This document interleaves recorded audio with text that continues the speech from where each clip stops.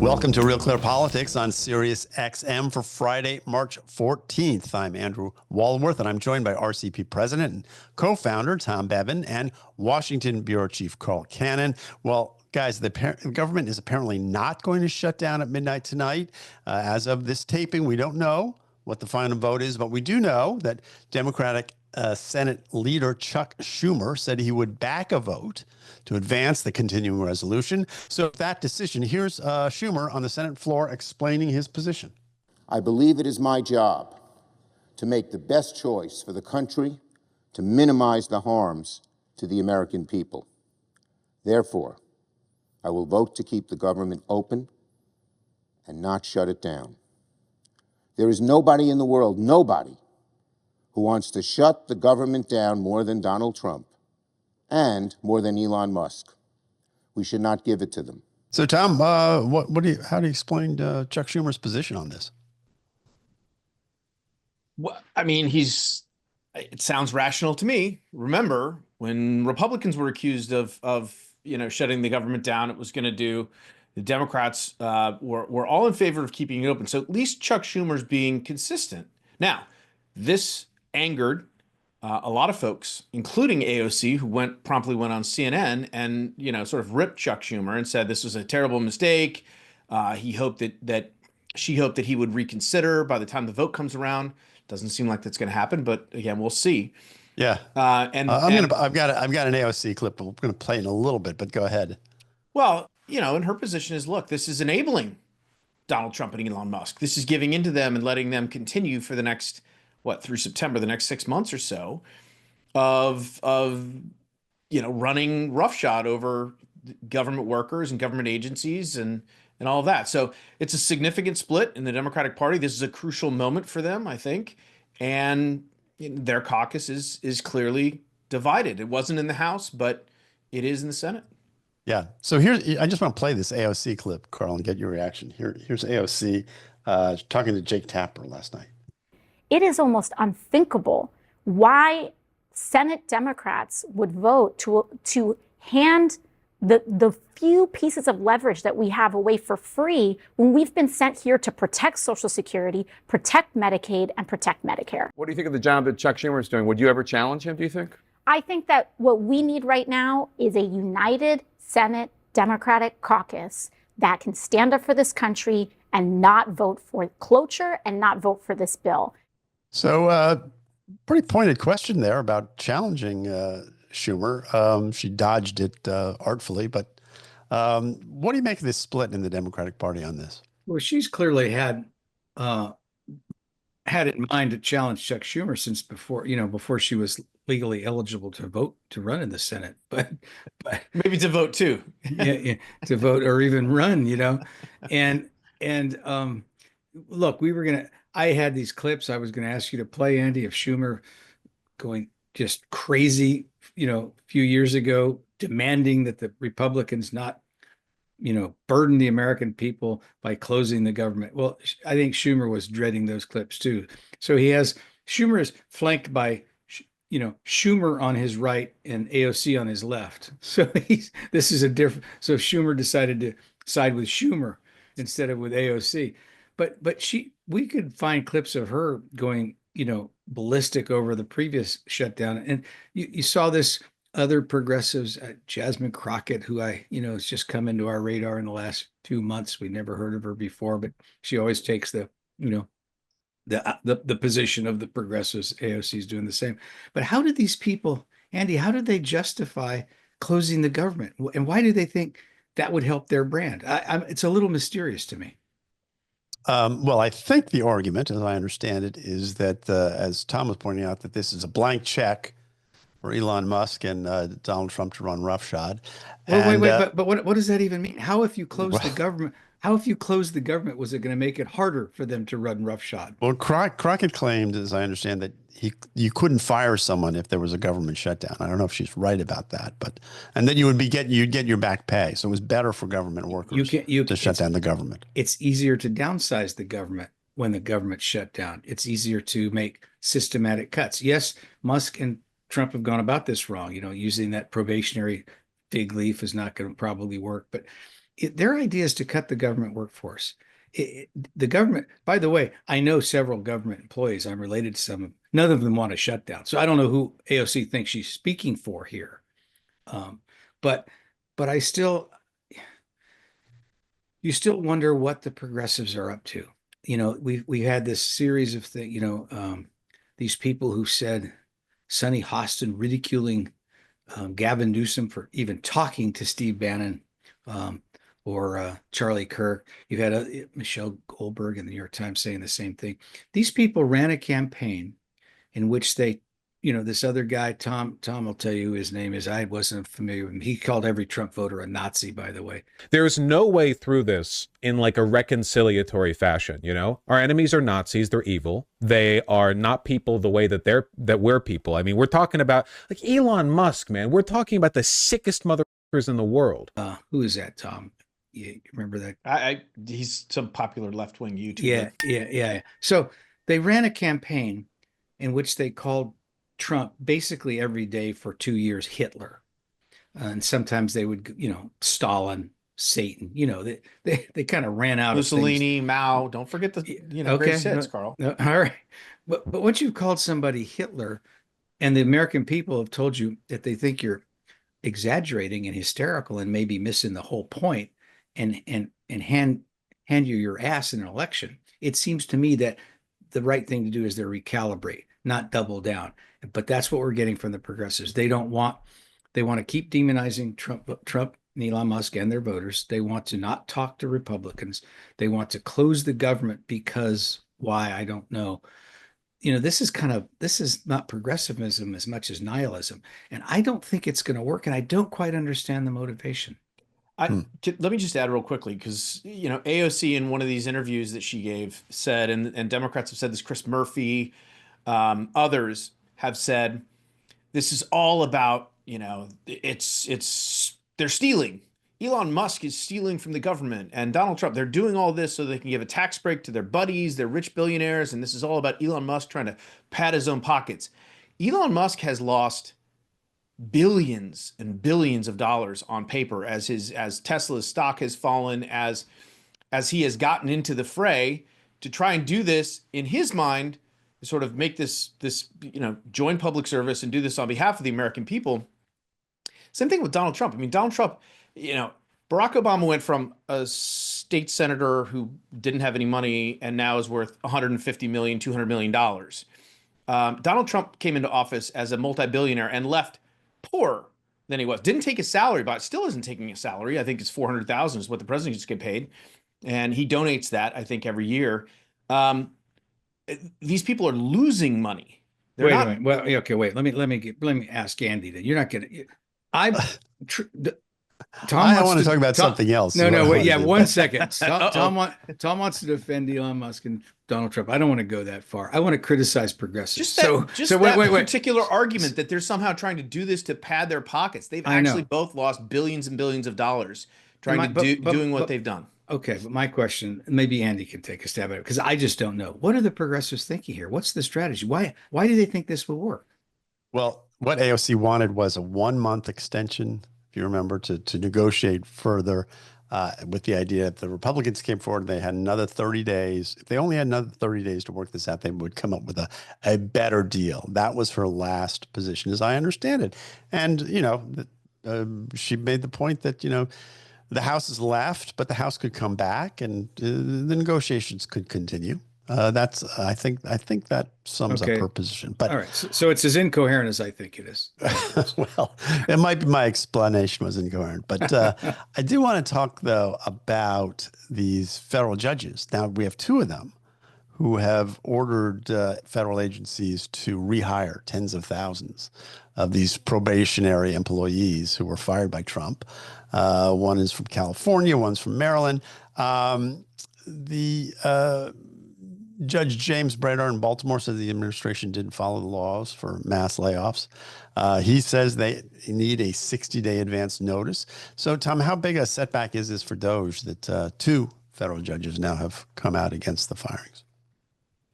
Yeah, you know, I mean, it's a setback.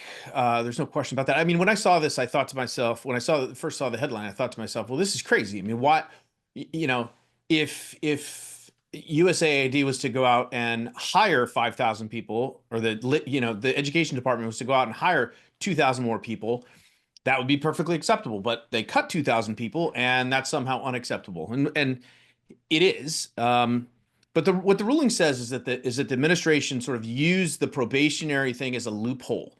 They fired these people for cause when that was not how the law was written or supposed to work. The judge also said in his order, though, that reductions in force in all these agencies is absolutely appropriate if it's done by the sort of letter of the law, which the administration is also, working on that track as well. But I think the mass layoff piece of it and targeting probationary workers is what the judge found to be, they had tried to sort of, do an end run in order. And look, maybe they did.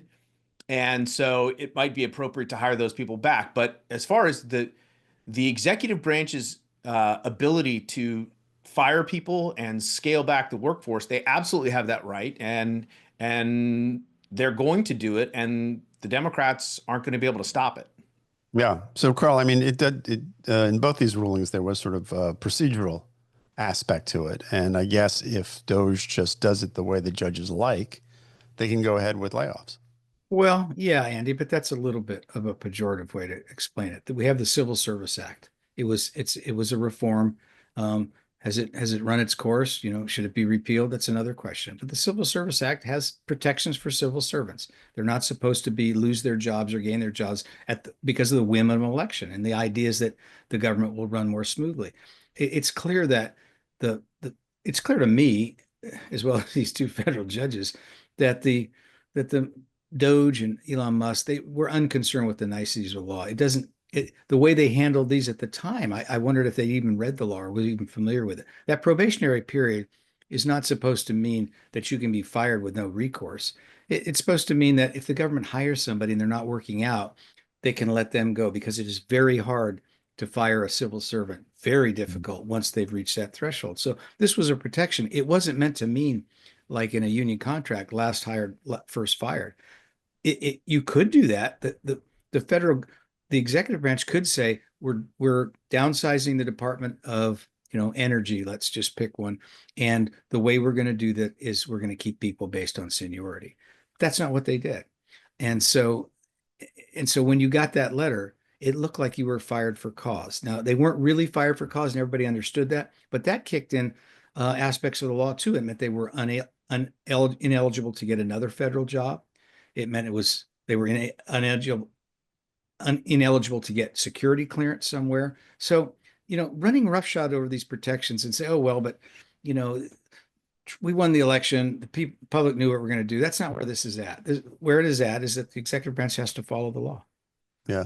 Well, Tom, although maybe that law is, look, people, again, I say this all the, people get fired in the private sector every single day for all sorts of different reasons.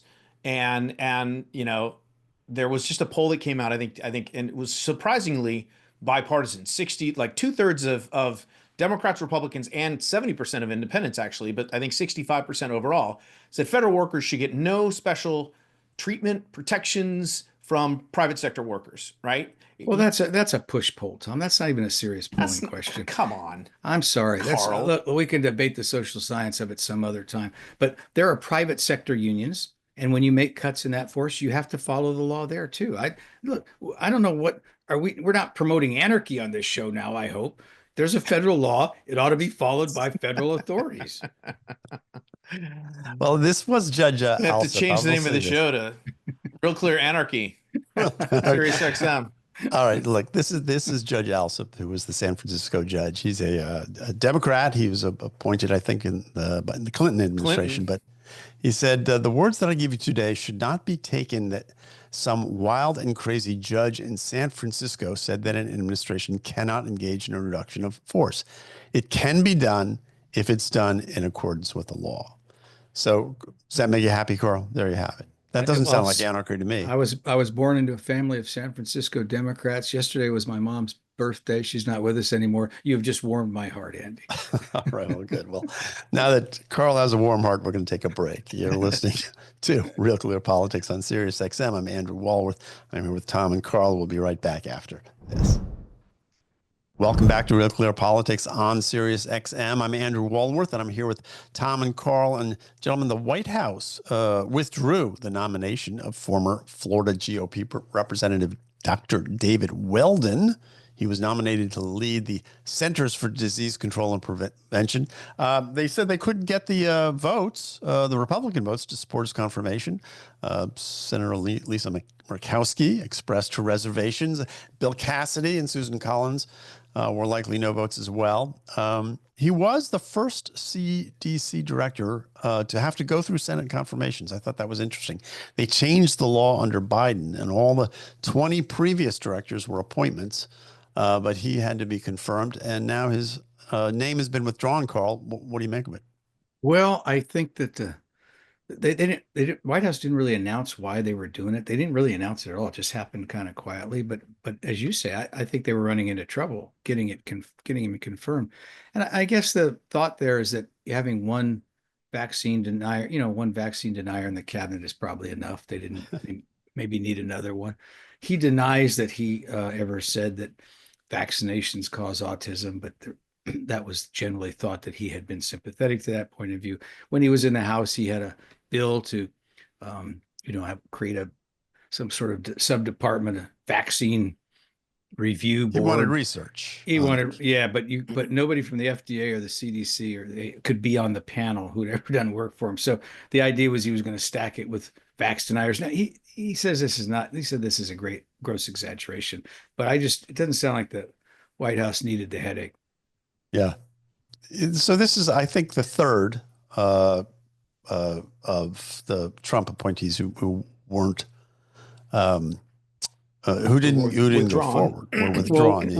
Well, we had Gates. Who was the second? Chad Chronister. That's right. For the Drug Enforcement Administration. Already forgotten.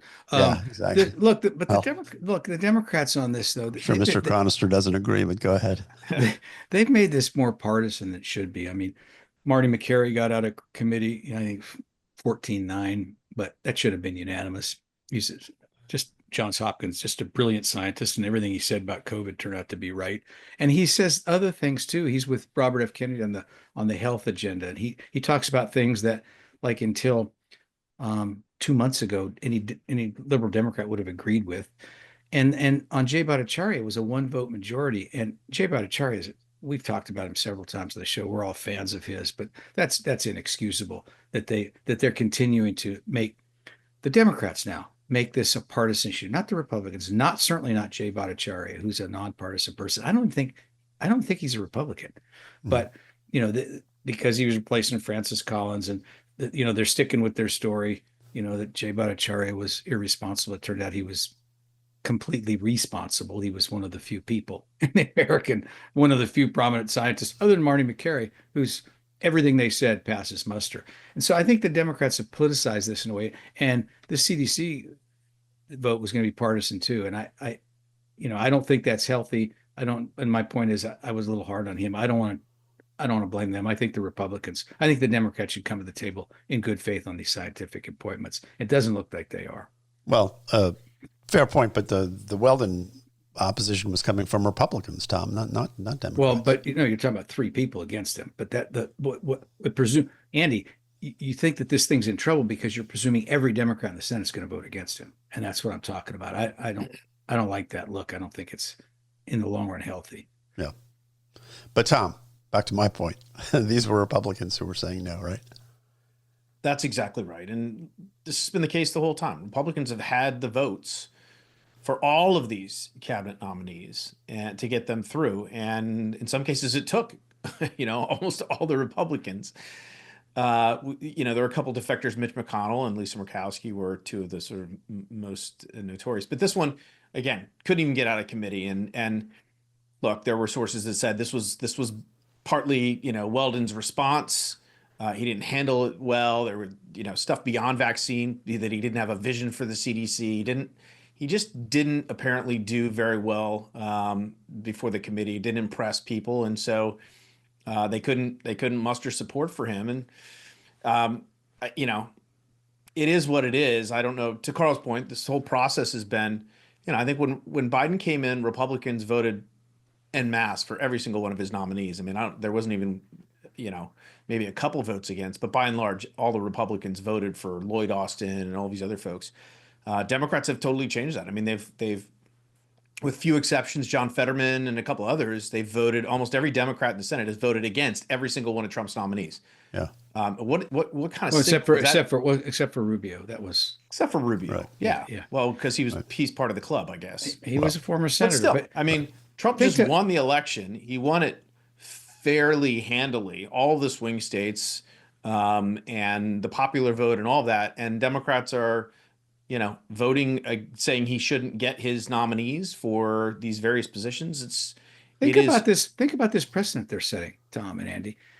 Suppose in 2028, the Republicans retain the Senate, but the Democrats get the White House. If the Republicans do what the Democrats have done, whoever the new president is, Wes Moore, won't have a cabinet.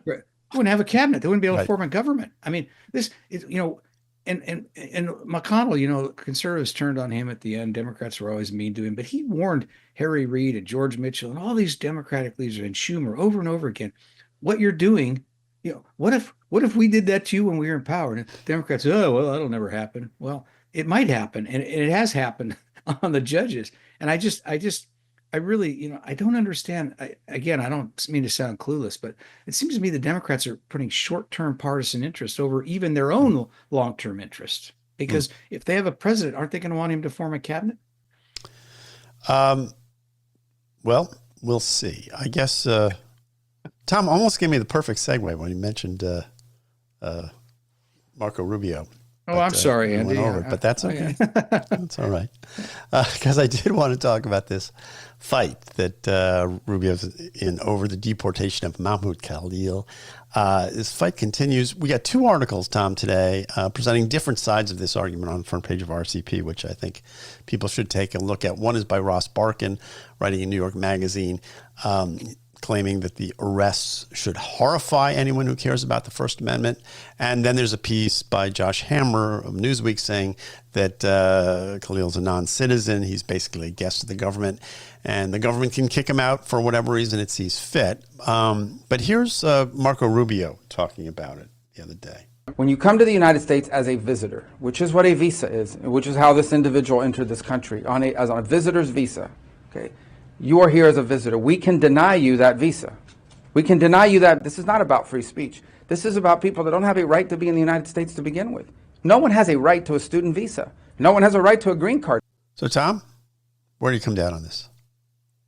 Well, we talked about this the other day, and we said that I think the consensus was between the three of us that it's complicated, right? This is a tough case because there are free speech concerns, but there are also other concerns. And I think, Andy, you were the one who said this is where your free speech absolutism needs to kick in. But Marco Rubio makes a very good point, right? Which is we don't need to let these people in the country. They're coming in. If he had said ahead of time, listen, I'm going to come in the country. I want a student visa. And when I get there, I'm going to be an activist promoting the killing of Jews. We would have said, well, we're not letting you in the country to do that, right? We have every right to say, oh, just like we'd say if they were going to do, activism against African Americans or anybody. It doesn't matter. The point is, right, if he had said that up front, we would have denied him the visa. So he comes to the United States. Again, there's the free speech piece, which is really important. But at the same time, if you're involved in activities that are creating a hostile environment where Jewish students feel threatened and bullied and can't pursue their education because they're scared to go to class because they're going to get harassed, if you are agitating for those kinds of things, then you, in the eyes of this government at least, you've crossed a line and you get kicked out. And I think that's a legitimate position to hold as well. But again, there still is that free speech component. So I come down basically in the same place. I think Marco Rubio makes a very good point and one that should be well taken and well considered. But I still say, look, it's a complicated issue. This is a tough case. Yeah. Carl, is it tough? Yeah, it's a very difficult case. And I as you know, I believe the First Amendment. I'm a very robust defender of it. This case is, there's an old phrase, bad facts make bad law. And this is a set of facts, including that he has a green card, that make it even more difficult. But when you get a student visa and then he got a green card, I don't know how or why or who gave it to him, but he's married to an American citizen as well. So that's what his lawyer said, but we don't know if he got the green card before or after that. There's a lot we don't know about this process. But when the green card is a step. It's not the first step. It's the last step towards getting citizenship. And I've been to those ceremonies on July 4th at Monticello and other places, and they are very moving when these immigrants come. And they swear to protect and defend the United States from all enemies, domestic or foreign. They swear an oath to wear the uniform to fight in the military for the United States. And when people come over with a set of agendas that are, it's hard to imagine this guy in the United States Army. It's hard to imagine the Army would want him. And there's a sense almost that they came over to affect American policy, to not participate in America, but to change America. And that's also another interesting aspect, because that's not necessarily bad. In this case, it seems to me bad, because I think celebrating Hamas is evil. But we want immigrants to, enlighten us and bring their richness of their heritage to bear, and to help form the American identity. So I just find this a very difficult case. But Marco Rubio said what Tom said. If this guy had announced he was going to do all this stuff that he's done in Colombia, nobody would have, presumably he wouldn't have gotten a visa. So Andy, did Marco Rubio make you reconsider your position or change your mind? Was he persuasive? No, and I'll tell you why. Because the legal matters aside, I'm just looking at the sort of look of this thing, and the question is: should we deport someone with a green card, married to a U.S. citizen, for speech alone? And that's my question. And I haven't seen him attacked for anything other than for making statements that other students, and for that matter, the professors that he's attended school with, agree with. Well, they occupied buildings, Andy, so it went a little further than speech. But yeah. All right. But anyway, I'm not sure it's a good look for us to be telling foreign students that they can't participate in debate in the United States the same way their classmates can. That's what I view. But like I say, I feel that we are at a point in this country where the First Amendment, anything that touches on the First Amendment, should be handled very carefully. And because I'd seen me attacked by both sides. So yeah, I come down a little bit more in this moment on the side of free speech than I might at another time in history. Let me just say, I agree with that 100%. And I'm going to talk later in the show to Senator Eric Schmitt from Missouri about the sort of censorship complex and the battle of free speech, which we at RealClearPolitics have been drawn into and involved in. And so, the free speech issue, I think the line is drawn though, is did he contribute? Did he cross a line where his speech caused harm to Jewish students, caused them to feel intimidated, caused them to not be able to pursue their academic, right, or incited violence against them in some way? And if that line has been crossed, then that's really what we're talking about. Because I think everybody look, students can come here from all over the world and protest, all they want. They have the ability to have free speech, I believe. I guess Marco Rubio might be arguing that. Yeah, that's the thing. Marco Rubio is arguing the opposite of that, which is problematic for me. But that's just me. Anyway, well, you get the last word, Andy. That's good. Thank you. Well, good. Hey, you're listening to Real Clear Politics on Sirius XM. I'm here with my colleagues, Tom and Carl, and we'll be back right after this. Welcome back to Real Clear Politics on Sirius XM. I'm Andrew Walworth, and I'm here with Tom and Carl. And Tom, last night, Vice President J.D. Vance and his wife, Usha, they attended a concert at Kennedy Center. This was Thursday night. She has been named to the new board of the center. They were booed by the audience. It's just the latest chapter in this battle over the Kennedy Center. 2 pieces in today's RCP on the topic. But I'll let people read those. But tell me where do you come down on the Trump taking over the Kennedy Center? Well, you mentioned we have two pieces on Real Clear Politics, one from Washington Monthly, which is sort of the liberal point of view, and then one from Peachy Keenan in the Washington Examiner, which is the conservative point of view, I should say, because what Peachy says I think is really important. She says, it's good that they've replaced a board that had sort of no diversity of thought on it with some people who have different perspectives. But what she argues against, she doesn't want to see, and I don't think anybody necessarily wants to see this just become the sort of mirror image of what was going on the left. Someone, the all conservative thought, no difference of opinion, and the program reflecting all of that.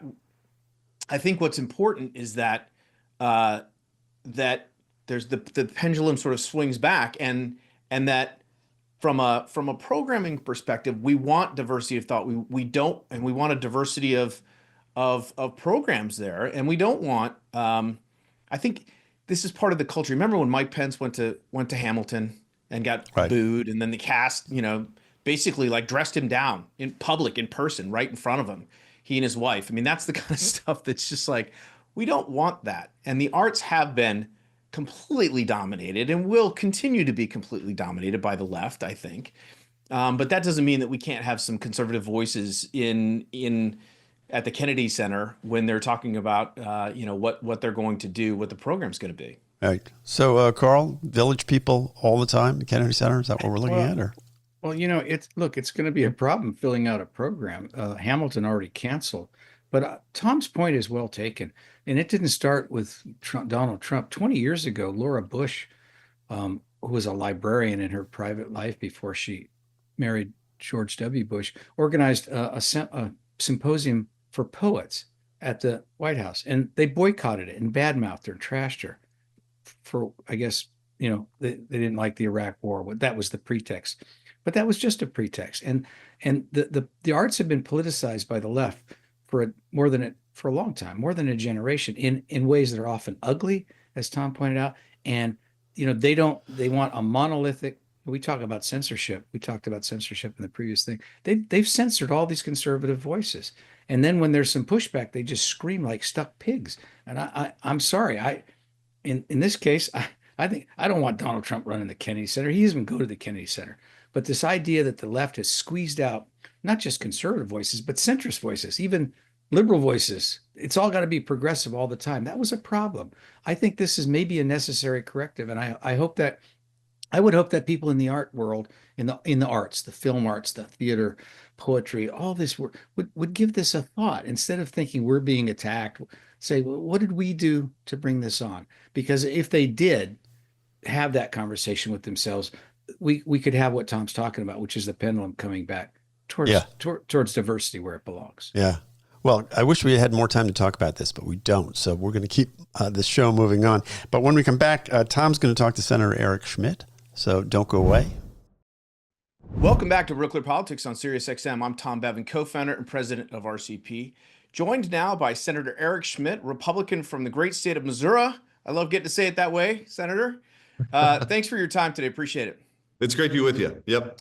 So we ran you had a big long post on X the other day talking about the censorship regime that has grown up, and we ran it on Real Clear Politics, but I wanted to have you on. I think it's such an important topic that I think a lot of folks don't know fully about just how big this thing has grown and what it's actually done. So walk our listeners and our viewers through kind of the outlines of the censorship complex, and also how you got involved and how you got focused on this subject.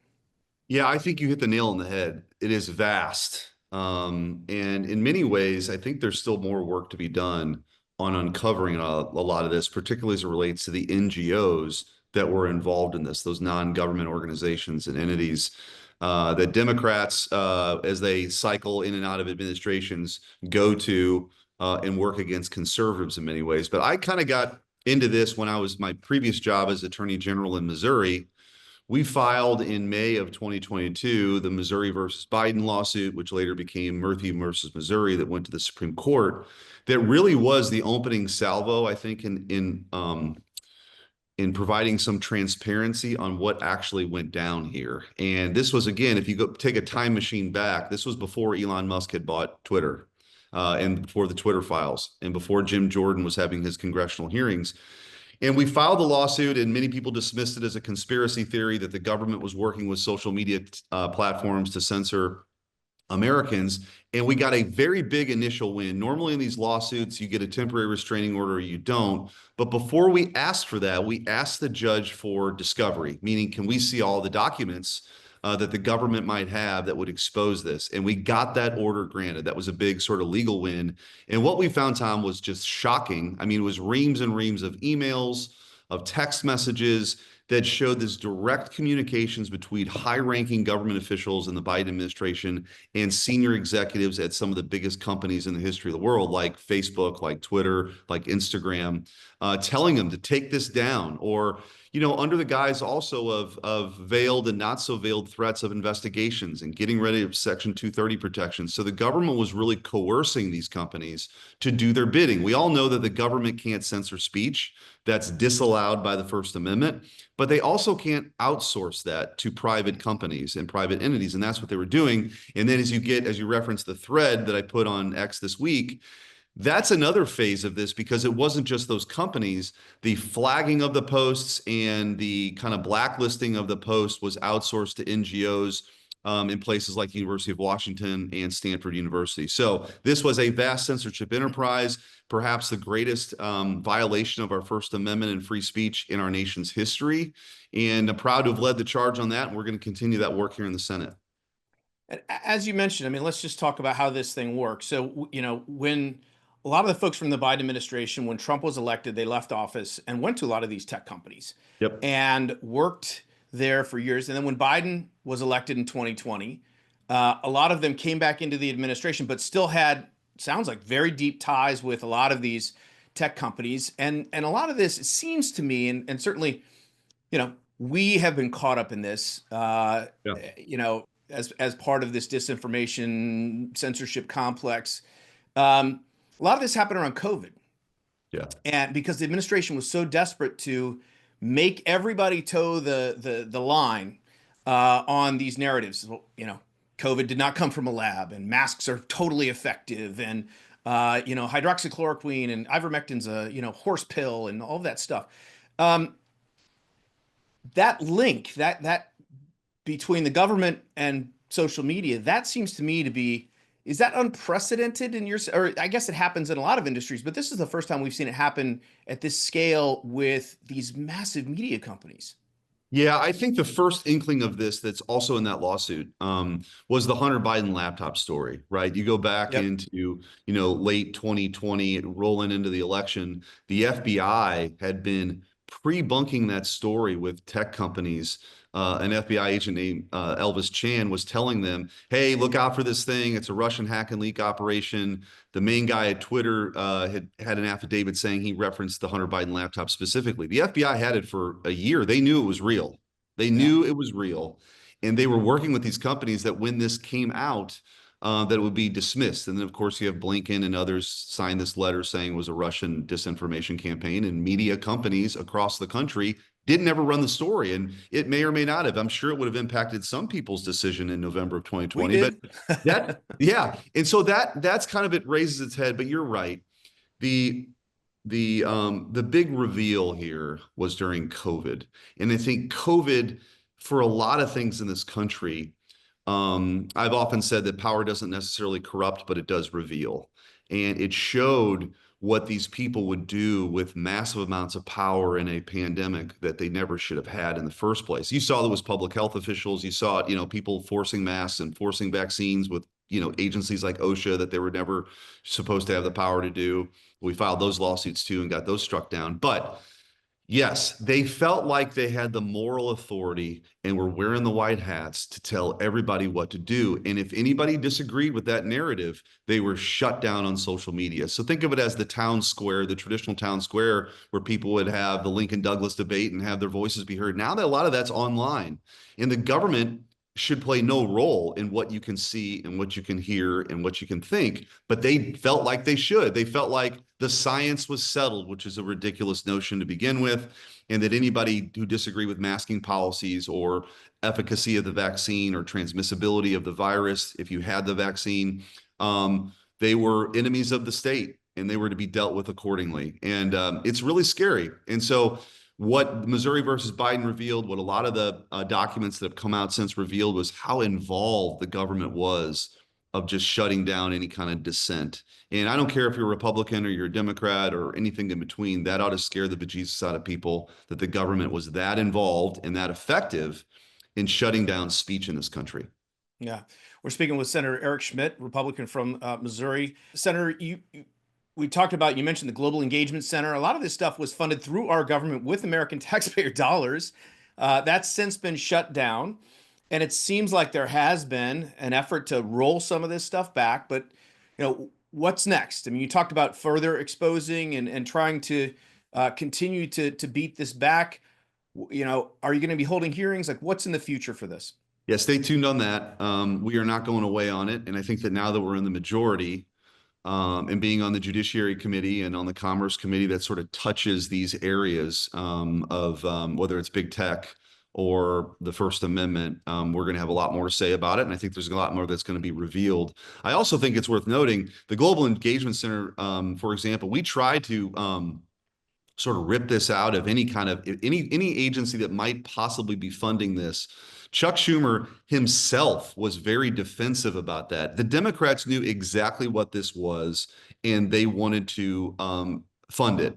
And I think what's interesting now with DOGE, it's really shining a spotlight on this. There's a reason why the Democrats are freaking out about the canceling of all these contracts, whether it's related to DEI or these left-wing organizations on the outside that have effectively been laundering their money for causes they could never get away with for voting. Like when there's $2 million that go to Guatemalan sex changes through USAID, the Congress doesn't line item that. They don't say that, but there's money that goes to USAID, right? And then USAID does that programming. Well, now all that's out in the open, and they're terrified because it looks terrible. And so I think it's a pretty unique moment in time for us to rip all this stuff out and have a foreign policy that is exclusively related to, furthering the interest of the United States of America and our core national interests, and also reasserting that we're not going to allow these bureaucrats who think they're above the law or they're somehow independent and above any kind of accountability of spending people's money in ways like this. So I think there's two things going on. I think continuing to highlight it as this NGO thing becomes even more dynamic and it's more visible, and also through the DOGE effort of eliminating that to the extent that we can. You mentioned the Democrats, and I was going to ask you, I mean, how much support is there from Democrats on the Hill? You would think free speech is not a partisan issue, that there should be full support, but you continue to see in polls and other things, there are a lot of Democrats are very concerned about misinformation, and they feel like even some journalists are in favor of regulating speech, which absolutely boggles the mind. But yeah. So how much support do you have across the aisle over the battle for free speech? I mean, some of them say the right things, but what I agree with you. Like so I'm 49. So I was in college in the 90s when you started to see this political correctness thing kind of pop up, and there was a narrowing of the bandwidth of things that were acceptable to talk about, but it wasn't as widespread as it is now. The Democrats, I mean, growing up, I mean, liberals were defenders of free speech. Absolutely. Not anymore. I think we've crossed the Rubicon, and it's about state power for them. And that's the most important thing. And it's about power and control, and anything that gets in the way of that, like dissent, they're willing to crush.